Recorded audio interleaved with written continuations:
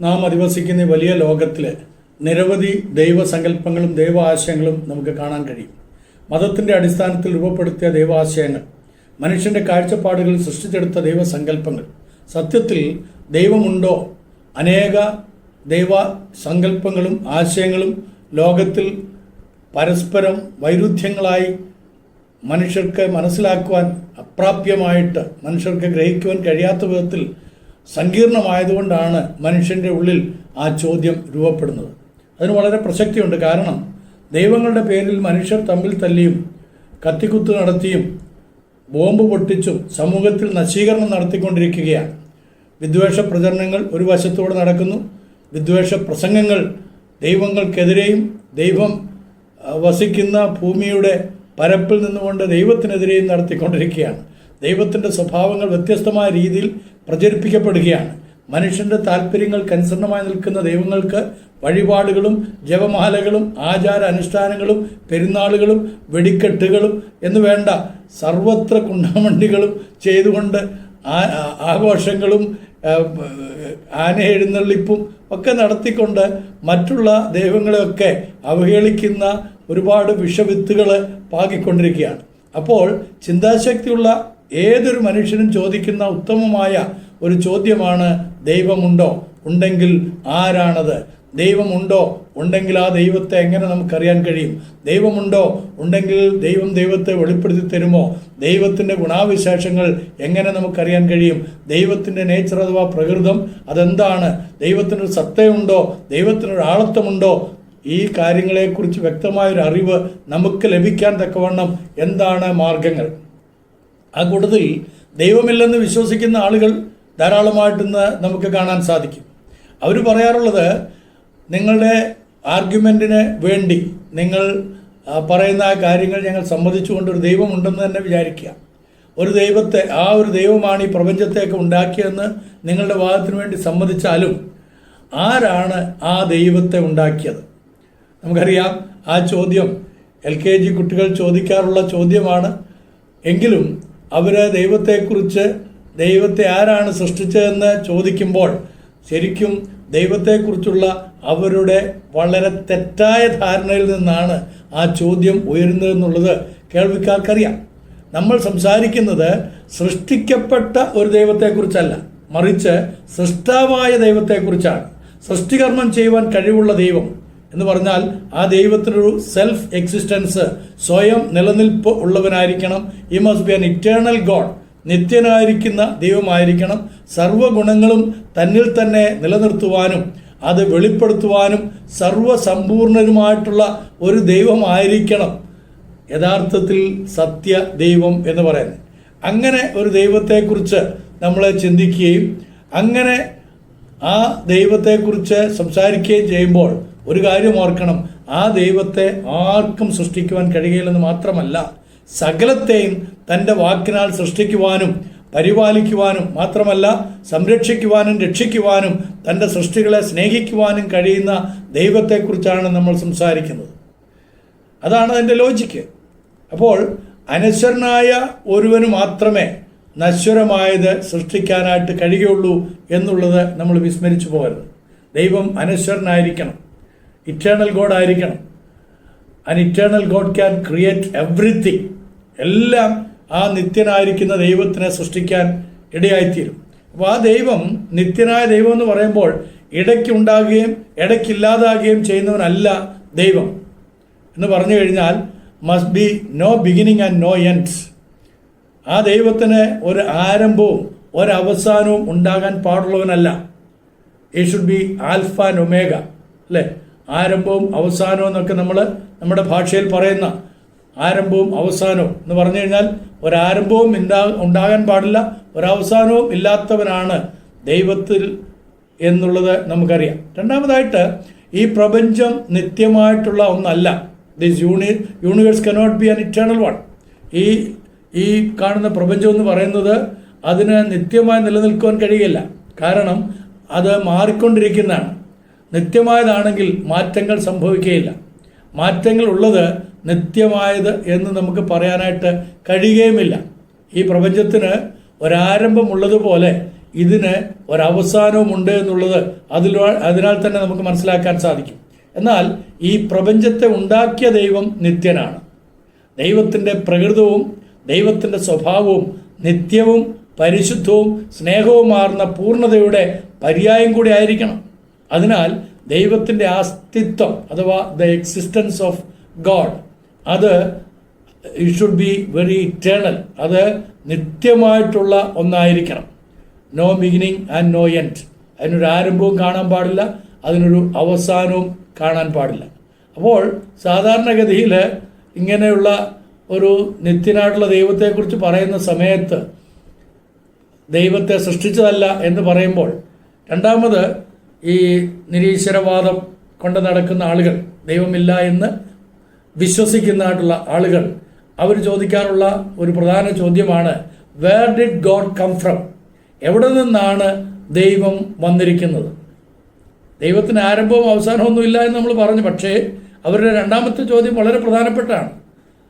ദൈവത്തെ സൃഷ്ടിച്ചത് ആരെ എന്നുള്ള ചോദ്യത്തിന് മറുപടി കിട്ടിക്കഴിഞ്ഞാൽ അവർ ചോദിക്കുന്നത്, where did God come from?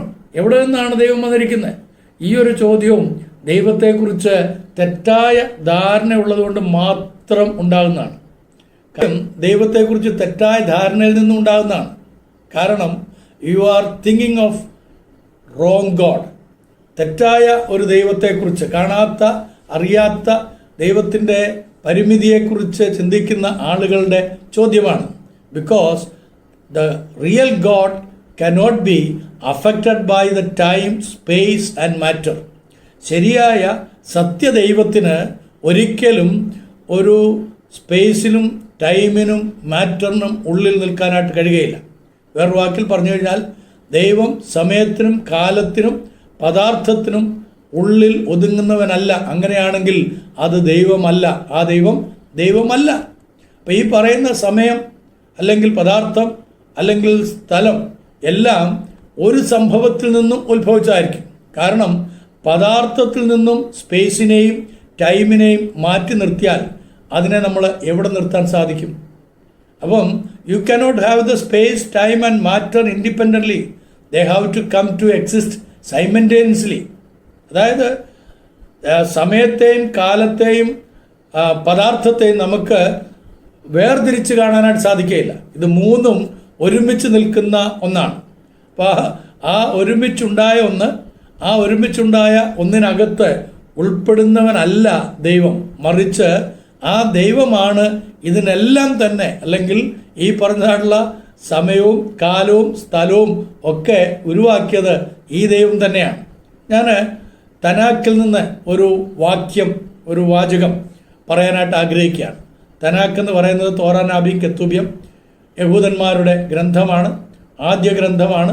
അപ്പോൾ ആ ആദ്യ ഗ്രന്ഥത്തിൽ ഈ പ്രപഞ്ചത്തെക്കുറിച്ചുള്ള ഉൽപ്പത്തിയെ പ്രതിപാദിക്കുന്ന, പ്രപഞ്ചത്തിൻ്റെ മാത്രമല്ല കുടുംബത്തിൻ്റെ, വ്യക്തികളുടെ, മനുഷ്യൻ്റെ ഒക്കെ ഉൽപ്പത്തിയെക്കുറിച്ച് പ്രതിപാദിക്കുന്ന മനോഹരമായ ഒരു ഗ്രന്ഥമാണ് ഉൽപ്പത്തി പുസ്തകം, തനാക്കിലുള്ളതാണ്.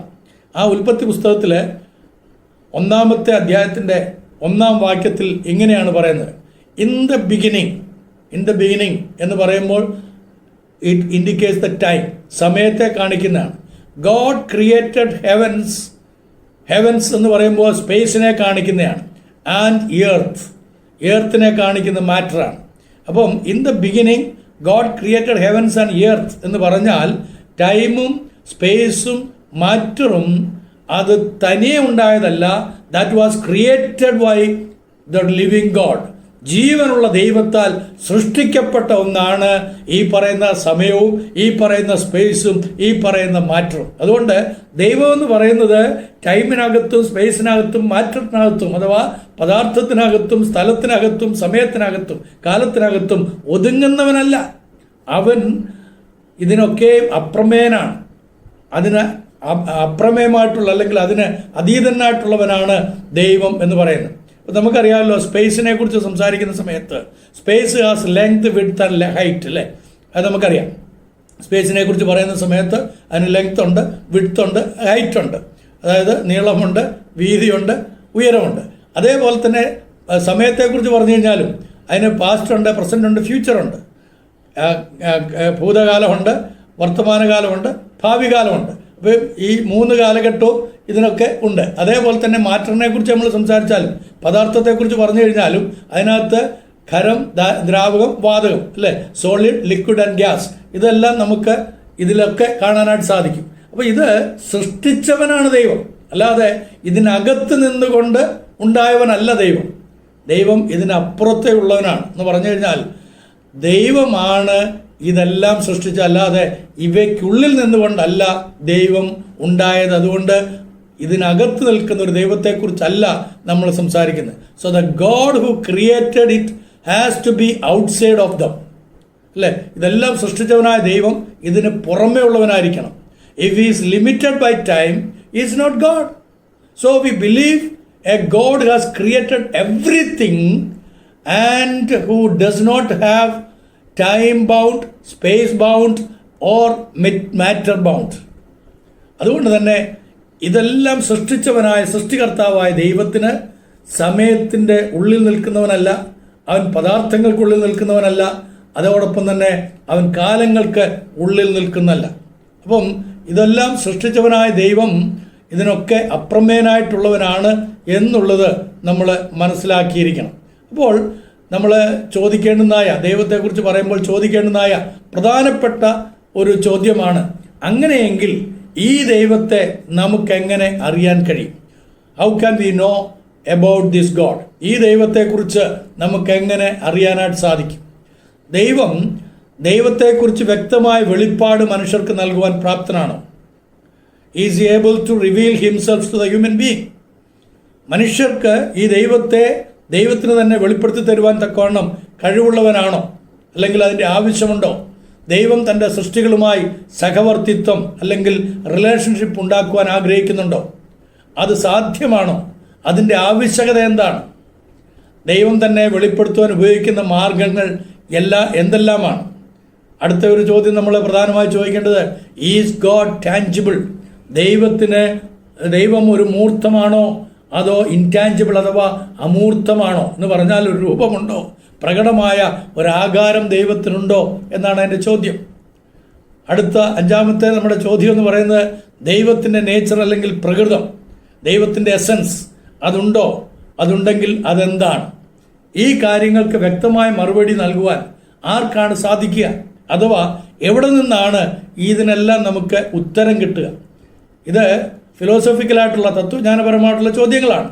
ഈ ചോദ്യങ്ങൾക്ക് ഉത്തരം ലഭിക്കുമ്പോഴാണ് ശരിയായ സത്യവാനായ ദൈവത്തെക്കുറിച്ചുള്ള അറിവ് ഒരു വ്യക്തിയിൽ ഉണ്ടാകുന്നത്.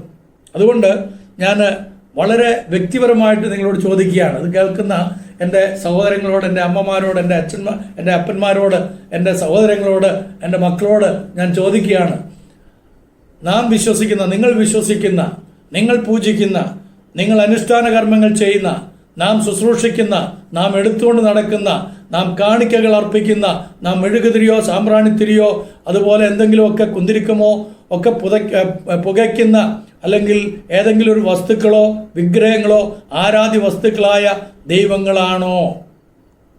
നിങ്ങൾ തന്നെ ഒന്ന് ചിന്തിച്ചേ. നിങ്ങൾ എപ്പോഴെങ്കിലും ഈ ചോദ്യം നിങ്ങളോട് തന്നെ ചോദിച്ചിട്ടുണ്ടോ? നിങ്ങൾ ദൈവങ്ങളായി കരുതുന്ന വസ്തുക്കൾ അല്ലെങ്കിൽ ദൈവമായി സങ്കല്പിക്കുന്ന ഈ വസ്തുതകൾ വാസ്തവത്തിൽ ദൈവം തന്നെയാണോ? അതുകൊണ്ട് നമ്മോട് തന്നെ നാം ചോദിക്കേണ്ടുന്ന ഒരു ചോദ്യമുണ്ട്, why do I do what I do? ഞാൻ ചെയ്യുന്നതായിട്ടുള്ള ഈ കർമ്മങ്ങൾ, ദൈവത്തിൻ്റെ പേരിൽ ചെയ്യുന്നതായിട്ടുള്ള ഈ ആചാരങ്ങൾ, ഈ അനുഷ്ഠാനങ്ങൾ, ഈ ബലികൾ, ഈ കുരുതികൾ, ഇതെല്ലാം ഞാൻ എന്തിനു വേണ്ടി ചെയ്യുന്നു? ആർക്ക് വേണ്ടി ചെയ്യുന്നു? ദൈവത്തിന് ഇതൊക്കെ ആവശ്യമുണ്ടോ? ഇതൊക്കെ ഞാൻ ചെയ്യുന്നത് വാസ്തവത്തിൽ ജീവനുള്ള, എന്നെ സ്നേഹിക്കുന്ന, എന്നെ സൃഷ്ടിച്ച ദൈവത്തിന് തന്നെയാണോ അതോ എൻ്റെ സങ്കല്പ ദൈവത്തിനാണോ? ഈ ചോദ്യം വളരെ പ്രസക്തമാണ്. നിങ്ങളോട് തന്നെ ഓരോന്നോരോന്നായിട്ടിരുന്ന് ചോദിക്കുമ്പോൾ നിങ്ങൾക്ക് കൃത്യമായ ഉത്തരം കിട്ടും.